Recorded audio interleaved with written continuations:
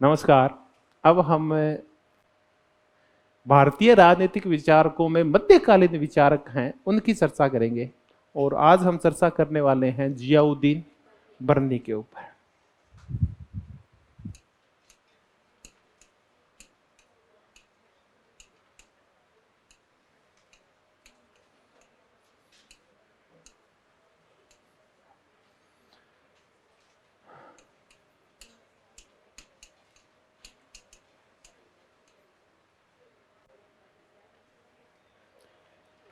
देखिए, जियाउद्दीन बर्नी,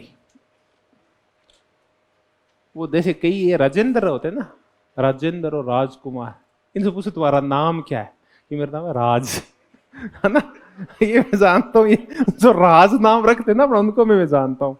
कई ऐसे लड़कों के नाम फिक्स रख करके इन्होंने, जैसे कोई पूछेगा नॉन, जैसे विपरीत जेंडर पूछेगा क्या नाम है, कि तो राजीव है या राज है, ऐसे ना दो तीन नाम फिक्स हैं इनके। तो ये नाम जब आए ना आपके सामने तो मान के चलो कि ये इसका नाम है, नहीं है। तो ये ऐसे ही जियाउद्दीन था। ये अपने आप को जियाउद्दीन नहीं बोलता था बल्कि जिया बोला करता था, है ना? तो ये अपने आप को जियाउद्दीन नहीं कह के कौन सा बर्नी बोला करता था, जिया बर्नी। तो अब हम जो चर्चा कर रहे हैं वो किसकी कर रहे हैं, इस जिया बर्नी की कर रहे हैं। खैर ये तो इतिहास है कि जिया बर्नी जब पैदा हुआ उस टाइम में गयासुद्दीन तुगलक का राज था और इसके जो दादा पिता सब थे ना, ये हाई क्लास मुस्लिम थे। ये तो अमीर उमराव थे उस जमाने के जो भी थे, और ये कन्वर्टेड नहीं थे बल्कि ये चूंकि इन साइड से आए थे, अफगानिस्तान और उस साइड से आए हुए थे, तो ये मूल मुस्लिम थे ये। इसी कारण से ये क्या करता था, जो हिंदुस्तान के कन्वर्टेड मुस्लिम थे उनको हे दृष्टि से देखा करता था, और इसमें बड़ा घमंड था अपनी जातीय श्रेष्ठता को लेकर। तो हम ये कहें ना कि मुसलमानों में जातीय प्रथा नहीं पाई जाती या सारे मुसलमान समान होते हैं, ऐसा कुछ भी नहीं है। देखिए, जहां मानव होगा ना वहां ऊंच नीच तो होगी, चाहे धर्म में कोई ईसाई हो। बस इतना ही है कि इनका देवता एक है और ये पूजा पाठ एक जगह से कर लेते हैं।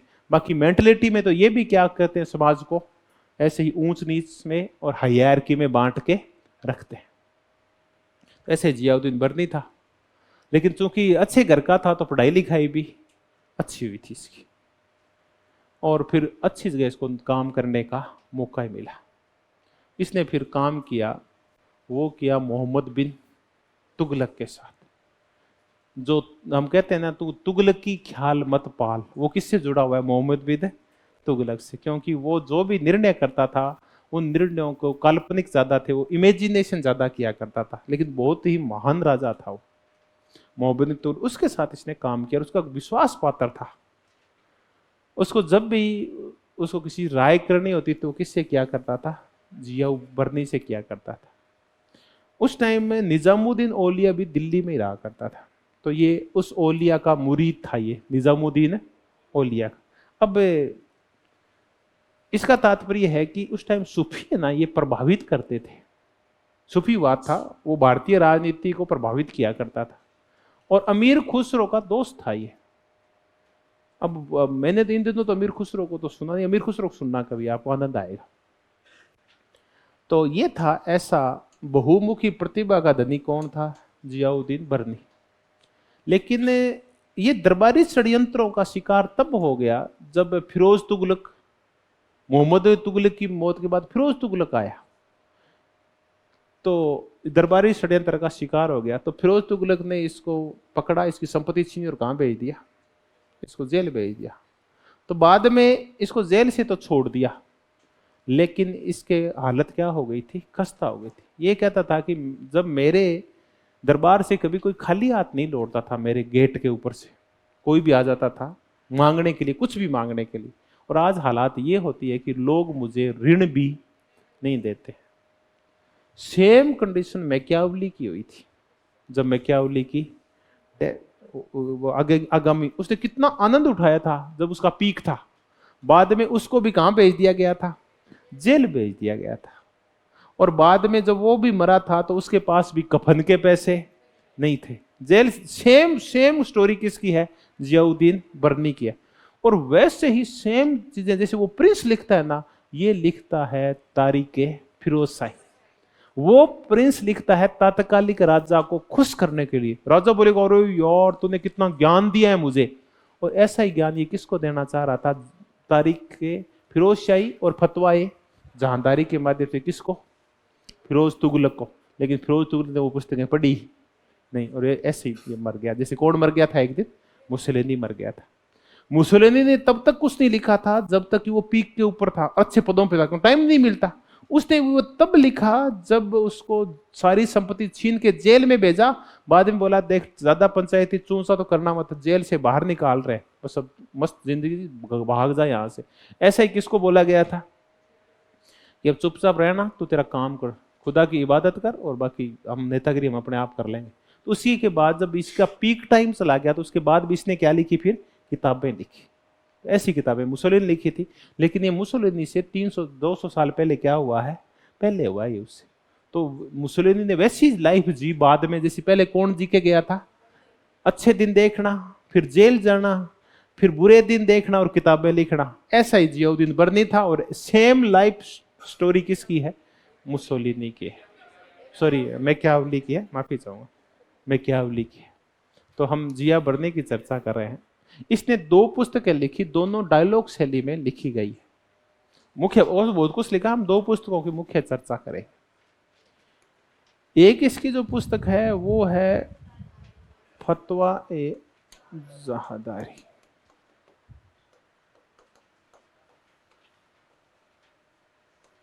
और दूसरी है तारीख ए फिरोज शाही।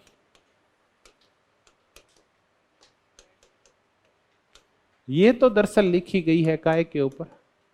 हिस्ट्री के ऊपर लिखी गई है। तत्कालिक सल्तनत कालीन जो सुल्तान थे उनका वर्णन है इसके अंदर। और फतवाए जहादारी है, ये काय के ऊपर लिखी गई है? राजनीति के ऊपर लिखी गई है, पॉलिटिक्स के ऊपर। इसमें इसका जो आइडियल किंग है उसकी भी चर्चा है। आइडियल राजा, ऐसा ही आइडियल राजा मुसोलिनी का भी था जो कि फ्रांस का था। आइडियल राजा, इसका आइडियल राजा है महमूद गजनवी। ये कहता है राजा अगर देखे तो किससे प्रेरित होना चाहिए? महमूद है, जिसने शरीयत की रक्षा के लिए और धर्म प्रचार के लिए अपनी सारी जिंदगी कुर्बान कर दी थी। महमूद गजनवी का रोल मॉडल इसका महमूद गजनवी है। तो ये राजनीति पे लिखा गया ग्रंथ है। अब लेकिन ये राजनीति पे तो लिखा गया है, लेकिन ये सिद्धांत निर्माण नहीं है, इसमें सिद्धांत नहीं है, बल्कि ये काय के ऊपर लिखा गया है? स्टेट क्राफ्ट के ऊपर लिखा गया। स्टेट क्राफ्ट क्या होता है? शासन किया कैसे जाए। तो ये व्यवहारिक बातें बताता है कि राजा को कितने बजे उठना चाहिए, क्या करना चाहिए, क्या नहीं करना चाहिए, धर्म के साथ कैसा करना चाहिए, समाज में क्या करना चाहिए, न्याय कैसे करना चाहिए। तो ये सिद्धांत पे नहीं बल्कि काय पे लिखा हुआ है? व्यवहार के ऊपर लिखा हुआ है। तो स्टेट क्राफ्ट मैकियावेली का जो प्रिंस है और कौटिल्य का जो अर्थशास्त्र है, ये भी सिद्धांत निर्माण के लिए नहीं लिखे हुए। जबकि रिपब्लिक है और पॉलिटिक्स है, रिपब्लिक प्लेटो की और पॉलिटिक्स अरस्तु, ये तो सिद्धांतों के लिए लिखी गई है, सिद्धांत समझाने के लिए। ये तर्कपूर्वक सिद्धांतों को बताती है कि नागरिकता क्या होती है, न्याय क्या होता है, दार्शनिक राजा क्या होता है, ये चीजें समझाने के लिए लिखी गई। इन्होंने तो सीधा ही लिखा है कि राजा को कामयाब कैसे होगा, बस उसके तरीके बताए। तो ये व्यवहार पे लिखी गई है, सिद्धांतों पे लिखी है। इसलिए हम कहते हैं शासन कला के ऊपर लिखी गई है कि कला को सुधारा कैसे जाए। तो हम चर्चा कर रहे हैं फतवाए जहांदारी की और तारीख है फिरोज शाही की। अब हम जब समझें जियाउद्दीन बर्नी को, तो उससे पहले हमें कुछ मुस्लिमों के जो धर्म ग्रंथ हैं उनकी और उनसे जुड़ी बातों की थोड़ी सी चर्चा कर लेते हैं, क्योंकि इस बार ऐसे क्वेश्चन पूछे गए।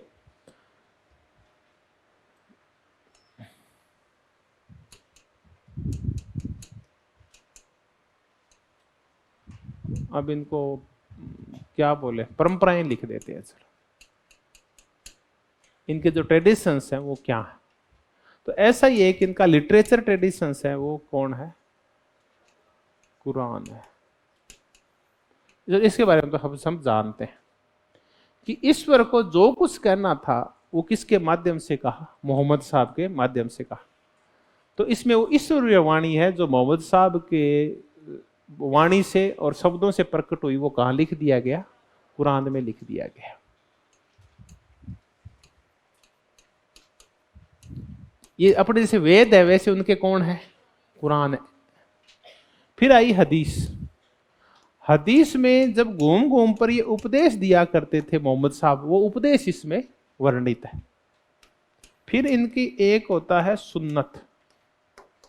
सुन्नत है कि जैसे आप जब हम बौद्ध पढ़ते हैं तो बौद्धों में जो थेर का वो है क्या बोलते हैं उनको, बुद्ध के जीवन से जुड़ी घटनाएं है ना, वो जातक कथाएं। तो ये जातक कथाओं की तरह सुन्नत है जो इसमें इनके जीवन से जुड़ी हुई जो घटनाएं हैं, जीवन से जुड़ी घटनाएं जो प्रेरणास्पद है,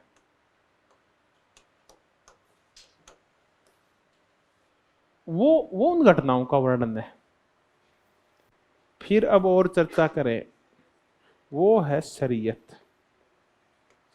इसका ध्यान रखें कि शरीयत क्या है। देखिए, मुस्लिम शासन का जो संचालन होता है वो किसके अकॉर्डिंग होता है? शरीयत के अकॉर्डिंग होता है।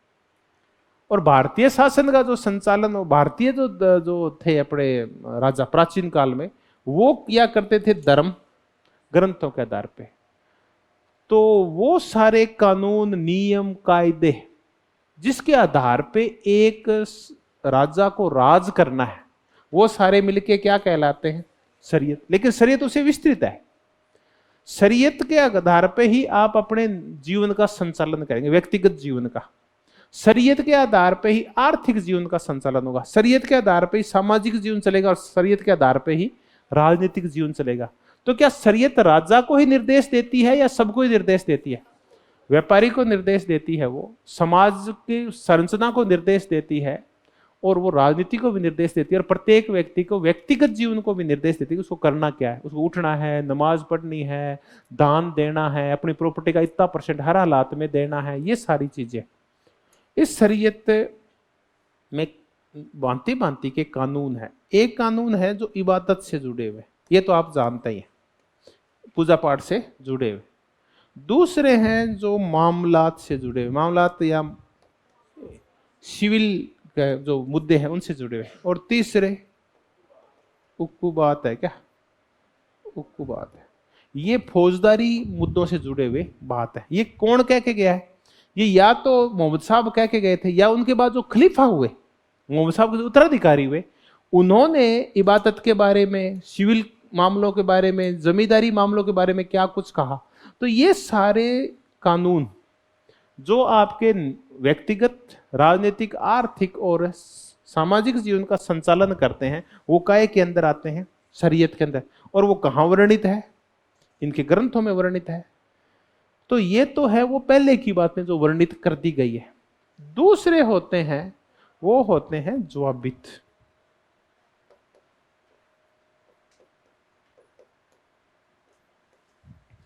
ज़वाबित का तात्पर्य है कि ये कई बार ऐसी कंडीशंस पैदा हो जाती है कि इनमें कहीं भी वो सेट नहीं बैठती।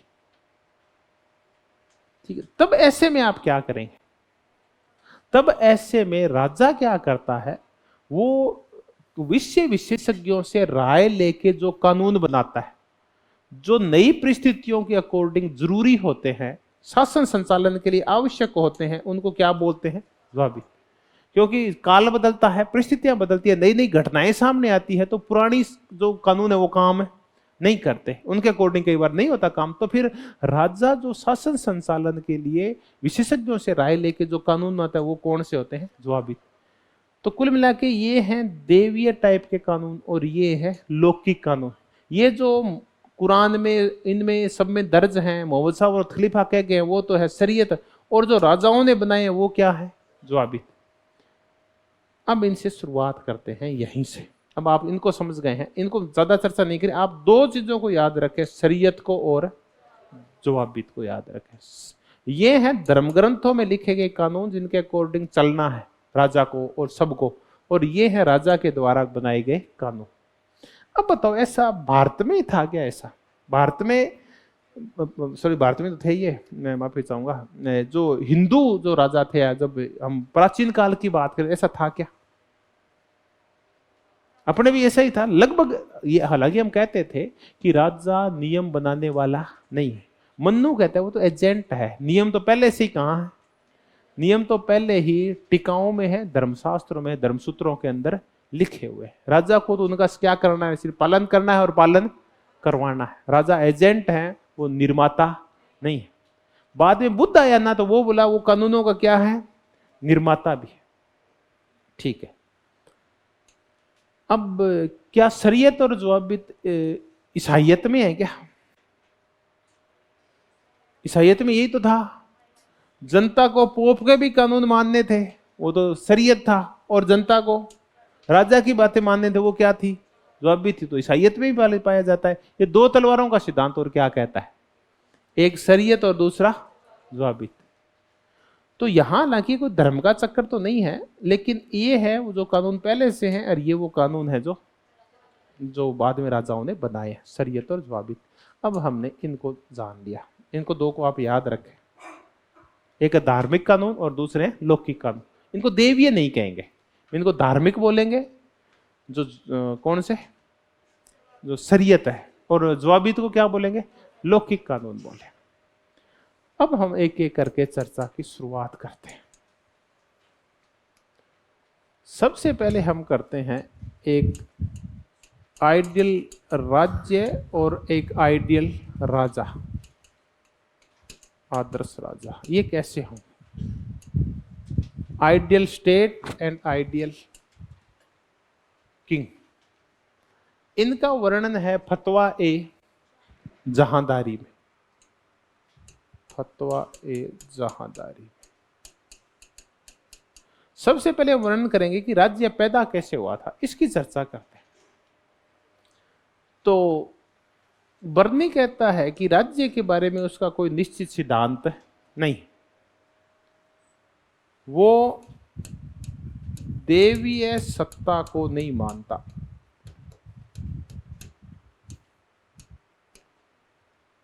वो कहता है कि राजा को किसी भी देवता ने पैदा नहीं किया था, राजा कोई ईश्वरीय सत्ता नहीं है। देखो मुसलमान नहीं मानते राजा को ईश्वरीय सत्ता, आगे देखेंगे, आगे तो मानेंगे। ये जो आएगा ना, जब आपका ये अबुल फजल आएगा, वो तो मान लेगा। ये नहीं मानता था, कट्टर था ये तो ये कहता था अगर राजा को ईश्वर ने तो पैदा किया था, जो कुछ कहा था वो तो मोहम्मद साहब को कह के चला गया, या वो किसको कह के चले गए, वो खलीफाओं को कह के चले गए। ईश्वर राजा को नहीं पैदा करता, राजा तो एक साधारण आदमी होता है, वो अपने गुणों की वजह से क्या बन जाता है, राजा बन जाता है। तो वो कहता है कि राजा की उत्पत्ति कोई देवी देवताओं ने नहीं की है, खुदा ने नहीं की, वो एक साधारण आदमी है जो न्याय और धर्म की रक्षा के लिए वो राजा बन गया। तो देवीय सत्ता को उसने नकार दिया। अब वो ज्यादा जो मिलता जुलता है, वो मिलता जुलता है किससे, अरस्तु से मिलता जुलता है। अरस्तु कहता है कि राज्य स्वाभाविक होता है, इसको पैदा करने की जरूरत नहीं होती। तो ऐसे ही बर्नी भी मानता है कि राज्य क्या होता है, स्वाभाविक होता है। लेकिन इसने जब स्वाभाविक कहा, तो इसने कहा कि राज्य है वो तर्क से इसको प्रकट सिखाया इसको, ठीक है, और इसमें विवेकशीलता थी अरस्तु के राज्य के अंदर। इसने क्या किया कि अरस्तु का जो स्वाभाविक और प्राकृतिक राज्य था, काइनोनिया जो था, उसके ऊपर क्या चढ़ा दिया, मुस्लिम धर्म का क्या पहना दिया, इसको चोला पहना दिया। वैसा ही जैसा थॉमस एक्विनास और अन्य लोग किया करते थे, जो वो कौन सी पद्धति का प्रयोग करते थे, स्कोलास्टिक। मैंने आपको स्कोलास्टिक कराई थी, याद आ रहा है आपको, स्कोलास्टिक पद्धति। इसको हम हिंदी में क्या बोलते हैं, विश्वविद्यालयवाद बोलते हैं। इसका तात्पर्य है कि ये मानता तो है अरस्तु को, लेकिन अरस्तु के विचारों को इस्लामिक चोला पहना देता है उनको, विश्वविद्यालयवाद, जैसा कि हमने पढ़ा था जब हम थॉमस एक्विनास को कर रहे थे।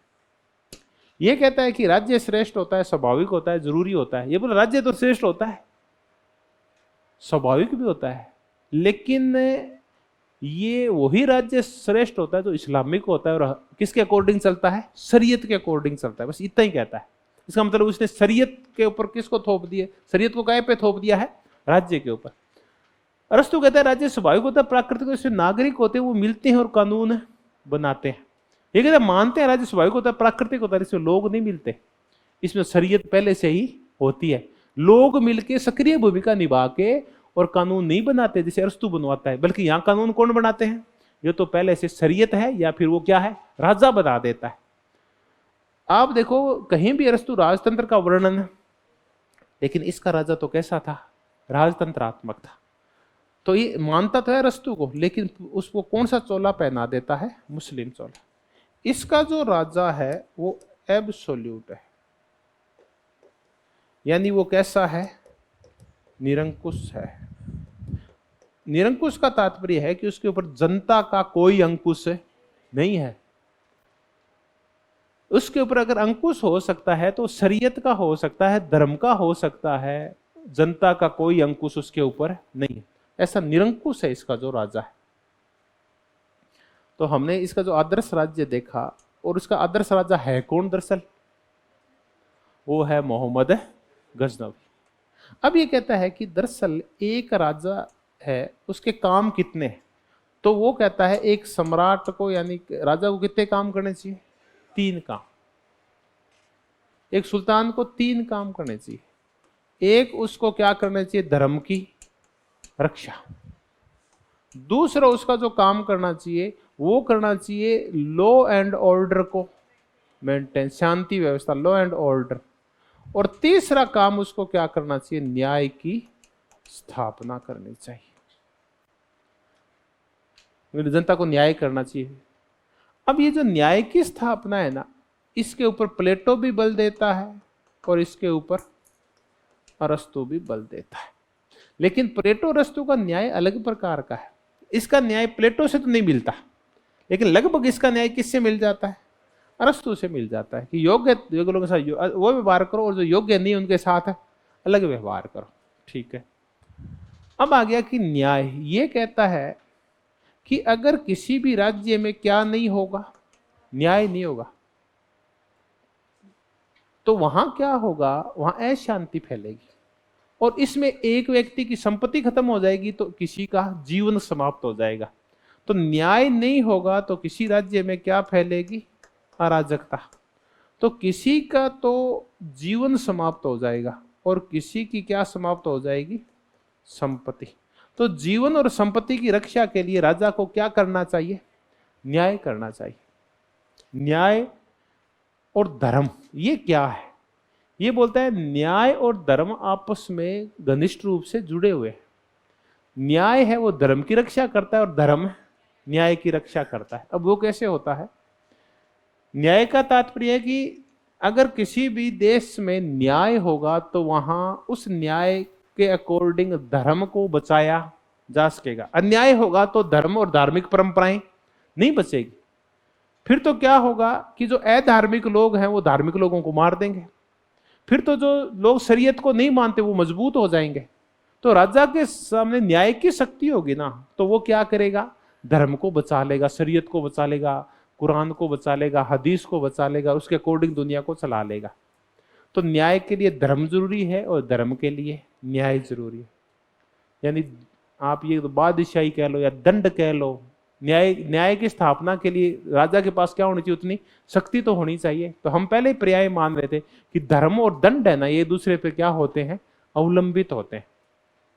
दंड के बिना आप किसी को भी मार्ग पर नहीं ला सकते। धर्म क्या होता है? कुछ निश्चित नियमों का पालन करना। अगर आपको डंडे का डर नहीं है तो आप नियमों का पालन नहीं करेंगे। और अगर आपको नियमों का पालन करना है तो वो मनमर्जी से नहीं करवाना चाहिए, बल्कि धर्म के अकॉर्डिंग होना चाहिए। तो नियम क्या है? वो धर्म बताएगा, और नहीं पालन कर रहे तो डराएगा कौन? दंड। तो दंड और धर्म है ना, ये हमने देखा था इंटरकनेक्टेड थे, एक दूसरे को नियंत्रित किया करते। वैसे ही न्याय और धर्म का वो कहता है आपस में कैसा संबंध होता है?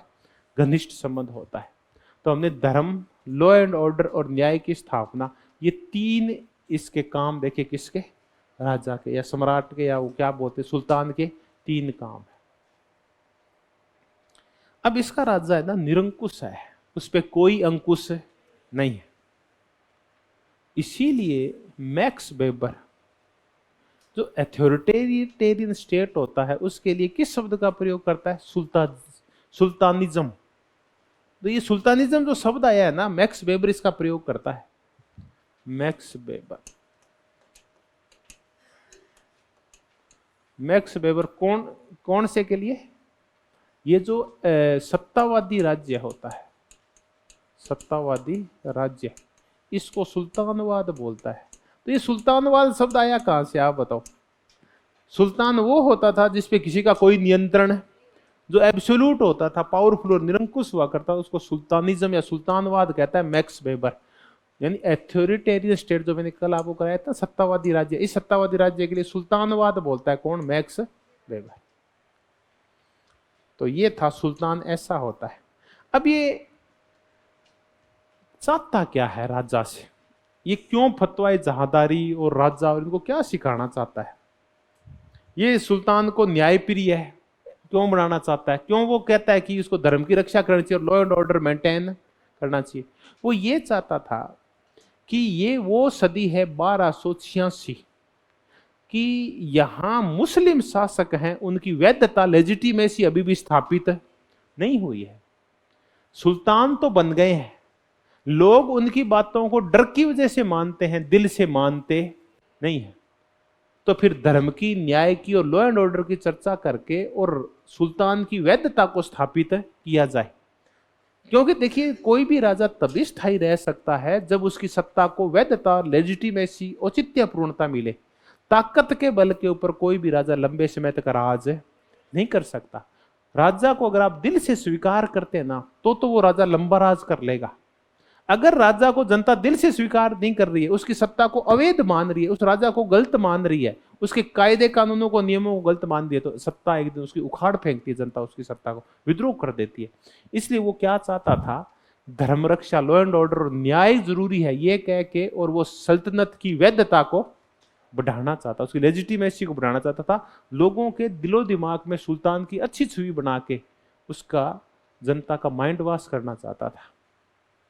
तो हमने उसका आदर्श राज्य कैसा होगा, उसका आदर्श राज्य एब्सोल्यूटिज्म होगा, अरस्तु से क्या मिलता जुलता था, ये सारी हमने चर्चाएं की। न्यायप्रिय होगा, ये होगा। अब हम करते हैं इसका बादशाही का सिद्धांत। ये बादशाही क्या है? अभी तक देखो, अच्छा अब एक और है, एक आदर्श राज्य में जो कानून होंगे वो कौन से होंगे? ये तो मुद्दा ही रह गया, मुख्य मुद्दा। एक आइडियल स्टेट में दोनों प्रकार के कानून चलेंगे। कौन कौन से? शरीयत भी और जवाबियत भी, दोनों प्रकार के। एक आइडियल स्टेट के अंदर दोनों प्रकार के कानून चलेंगे। इसमें शरीयत भी चलेगी और इसमें जवाबियत भी चलेगी। तो शासन संचालन इन दोनों तरीकों से होगा। अब ये है मुद्दा कि क्या धर्म है, इसका जो धर्म है वो राजनीति सत्ता का संचालन करेगा क्या? नहीं है। ये कहता है राजा अलग होता है और धर्म अलग होता है। ये कहता है कि धर्म का उपयोग वहीं तक हो सकता है जहां तक राजा को मजबूत करना है। तो ये ना मैकियावेली की तरह था। ये धर्म का कैसा उपयोग करना चाहता था? एक साधन के रूप में उपयोग करना चाहता था कि धर्म का नाम लेके और राजा की शक्ति को बढ़ाया जा सके। तो धर्म इसके लिए साधन था, साध्य नहीं था। राजनीतिक सत्ता को मजबूत करने का एक साधन कौन सा है? वो है धर्म, ताकि लोग राजा की बात माने धर्म की वजह से, क्योंकि लोग रूढ़िवादी होते हैं। तो इसलिए राजा की सत्ता को मजबूत करने के लिए धर्म आवश्यक होता है। तो धर्म एक साधन है, धर्म साध्य है, राजनीति साध्य है, और धर्म उस राजनीति को मजबूत करने का एक साधन है। तो क्या इसका राज्य धर्मनिरपेक्ष था क्या? धर्मनिरपेक्ष तो नहीं था तो धार्मिक, लेकिन धर्म इसके लिए साधन था, राजनीति इसके लिए मुख्य थी। राजा की शक्ति, उसकी निरंकुशता, उसकी वैधता, ये ज्यादा अच्छी बड़ी चीजें थी। अब हमने कहा कि धर्म की रक्षा, लॉ एंड ऑर्डर और न्याय की स्थापना, तीन काम है। न्याय क्या है ये हमने देख लिया। न्याय नहीं होगा तो क्या होगा, ये भी हमने चर्चा की। किसने एब्सोल्यूट स्टेट को या फिर अथॉरिटेरियन स्टेट को सुल्तानवाद कहा है, बताओ? मैक्स वेबर ने कहा है। ठीक है। अब हम जो अगली चर्चा करेंगे वो करेंगे बादशाही के ऊपर। बादशाही का एक ही तात्पर्य, जो तात्पर्य दंड का है। बादशाही का तात्पर्य है राजा की वो शक्ति जो किसी से भी नियंत्रित नहीं है, जो एब्सोल्यूट है, एकलवादी है, बाह्य रूप से भी और आंतरिक रूप से। तो जिसको हम संप्रभुता कह रहे हैं उसको ये क्या कह रहा है? बादशाही। इसी को अर्थशास्त्र में, मनुस्मृति में और शुक्र नीति में क्या कहा गया? दंड कहा गया है। इसको ये बादशाही बोलता है। ये कहता है बादशाही तभी तक चलेगी जब तक उसको क्या रहेगी? जन सहमति। तो यही तो चाहता था, जन सहमति और वैधता तो बढ़ाना चाहता था। अगर राजा जनता को खुश नहीं रख पाया, उसका कल्याण नहीं कर पाया और वो जनता को संतुष्ट नहीं रख पाया, तो वो राजा लंबे समय तक चलता भी नहीं। तो इसलिए न्याय अत्यंत आवश्यक है, उनका कल्याण अत्यंत आवश्यक है। तो इसका जो बादशाही है वो काय पे आधारित मानता है? वो जन सहमति के ऊपर या जन वैधता के ऊपर, कि जनता खुश होगी ना तभी राजा का राज चल पाएगा। तो जन वैधता आवश्यक है, लेकिन ये कोई वो नहीं है, लोकप्रिय जन वैधता वाला सिस्टम नहीं है। ये जन सहमति को आवश्यक मानता है, जनता की संतुष्टि को आवश्यक मानता है, ताकि राजा की बातों को वो दिल से स्वीकार कर ले। दूसरा, न्याय की हमने चर्चा करी ली कि न्याय पे बड़ा बल देता है। एक मुद्दा हम कर रहे हैं कि एक मामले में ये मैकियावेली से का पूर्वज है। ये बर्नी कहता है कि राजा में दोनों गुण एक साथ होने चाहिए, वो कठोर भी होना चाहिए और वो कोमल भी होना चाहिए। उसको वैभव का प्रदर्शन भी करना चाहिए, ऐश्वर्य भी दिखाना चाहिए, उसको सरलता का प्रदर्शन भी करना चाहिए। ठीक है, तो वो हिंसक भी होना चाहिए और वो जनता से प्रेम प्रदर्शन करने वाला भी होना चाहिए। इसका तात्पर्य है कि नैतिकता राजा में कैसी होनी चाहिए? दोहरी, दिखाने के लिए कुछ और, करने के लिए कुछ और। तो एक राजा तभी राज कर सकता है जब उसमें दोनों विपरीत गुण पाए जाएंगे। अगर सख्त हो गया तो जनता विद्रोह कर देगी, और अगर कोमल हो गया तो जनता सिर पे आके बैठ जाएगी। तो कैसे रखें? दोनों गुणों का समन्वय रखें। आप शेर की तरह भी हो और आप लोमड़ी की तरह भी। तो इसका मतलब राजा में कैसे गुण होने चाहिए? विरोधी गुण एक साथ पाए जाने चाहिए। जैसा कि कौन कह के गया था? मैकियावेली कह के गया था। अब हम इसी विरोधी गुणों से हम एक और चीज सीखेंगे, वो है विपरीतों के जोड़े का सिद्धांत। इतना याद रखना, ये किसका है? विपरीतों के जोड़े का सिद्धांत।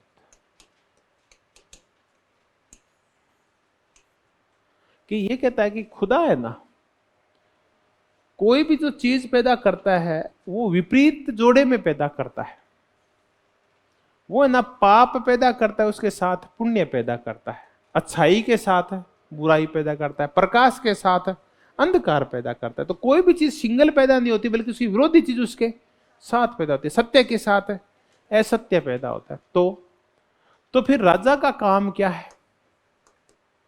तो ये कहता है सम्राट का जो काम है ना, विपरीतों के जोड़े के सिद्धांत को मानते हुए और काय की स्थापना करनी है? सत्य की स्थापना करनी है।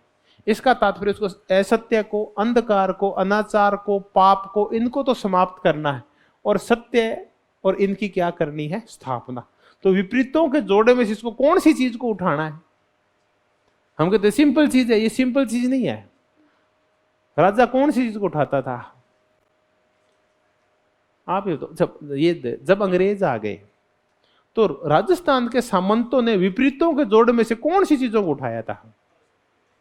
तब उन्होंने सत्य की बजाय असत्य को, ठीक है, अच्छाई की बजाय बुराई को उठाया था, प्रकाश की बजाय अंधकार को। कि अंधकार को कैसे उठाया था? तो पढ़ते लिखते थे ही नहीं, सारे दिन दारू में डूबे रहते थे, अफीम खाते थे और जनता पे अत्याचार करते, शोषण करते थे। ये तो काम थोड़ी था ये वाला। तो इसका तात्पर्य है एक राजा को विपरीतों के जोड़े में से सिर्फ कौन सी चीजें उठानी चाहिए? जो जिनका संबंध काय से हो? सत्य से हो। तो ये था विपरीतों के जोड़े का सिद्धांत। हम कहते तो सिंपल सिद्धांत है। सिंपल नहीं होता, वर्ण करना बहुत ही क्या होता है? मुश्किल होता है। अब हम भी इसी विपरीतों के जोड़े के सिद्धांत में कहीं ना कहीं क्या होते हैं, फंसे होते हैं, और क्या सत्य है इसकी हम पहचान भी नहीं पाते। तब इसने कहा कि आप सत्य को पहचानो और उसका पालन करो। अब इसके बाद जो अगली एक आ गया विपरीतों के जोड़े का सिद्धांत। राजा 3 काम करेगा, राजा दोहरे चरित्र का होगा, ठीक है, और जवाबी तौर शरीर दोनों का पालन करेगा। न्याय और धर्म इंटरकनेक्टेड है, ये देखा हमने। और अब हम बादशाही क्या है ये भी देखा हमने, बादशाही के लिए वैधता जरूरी है ये भी देखा। राजा देवीय सत्ता की उत्पत्ति नहीं है ये भी देखा हमने। ये प्लेटो और सुकरात को, अरस्तु को जानता था ये कौन, ये वाला, ये बर्निन ने इनके बारे में पढ़ रखा था कि ये उनकी किताबें बहुत सारी पढ़ रखी थी उसने उस टाइम। तो ये प्लेटो और अरस्तु दोनों से प्रभावित है, लेकिन ज्यादा प्रभावित किससे, अरस्तु से। लेकिन फिर भी इन दोनों से प्रभावित होने के बावजूद ये इसके ऊपर ज्यादा प्रभाव इस्लाम का है, तर्क का नहीं है। परंपरावादी ज्यादा था, ये तर्कवादी नहीं था। ये खुद कहता है कि ये जो भारतीय हिंदू धर्म है, ब्राह्मण धर्म है ये, और ये जो एथेंस वासी है या एथेंस के जो लोग हैं, ये ना तार्किक होते हैं, विवेकवादी होते हैं। तो इनको ना दबाना अत्यंत आवश्यक है। अगर इन विवेकवादियों को दबाया नहीं गया, इन काफिरों को दबाया नहीं गया, तो ये क्या करेंगे, परंपराओं के ऊपर विवेक की सत्ता स्थापित कर देंगे। जब परंपराओं के ऊपर यानी रूढ़िवादिता के ऊपर कह लो या धर्म के ऊपर अगर तर्क हावी हो गया, तो फिर ये लोग बात मानेंगे नहीं। तो अगर इनको बात मनानी है तो विवेकवाद को नीचे करना पड़ेगा और रूढ़िवाद को ऊपर करना, परंपराओं को ऊपर करना पड़ेगा और विवेक को नीचे करना पड़ेगा। विवेक तो कोई भी काम करता है उसे पहले सोचता है, परंपराएं सोचने का मौका नहीं देती। तो ये कहता है कि ये जो विवेकवादी होते हैं ये निम्न श्रेणी के होते हैं और परंपरावादी उच्च श्रेणी के होते हैं, ठीक है। इसको विवेकवाद और परंपरावाद का इस चक्कर को आप याद रखना। अब हम एक चर्चा और कर लेते हैं कि समाज कैसा होगा। समाज श्रेणीगत होगा,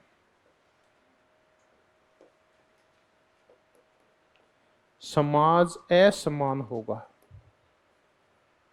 समाज में ऊंच नीच होगी।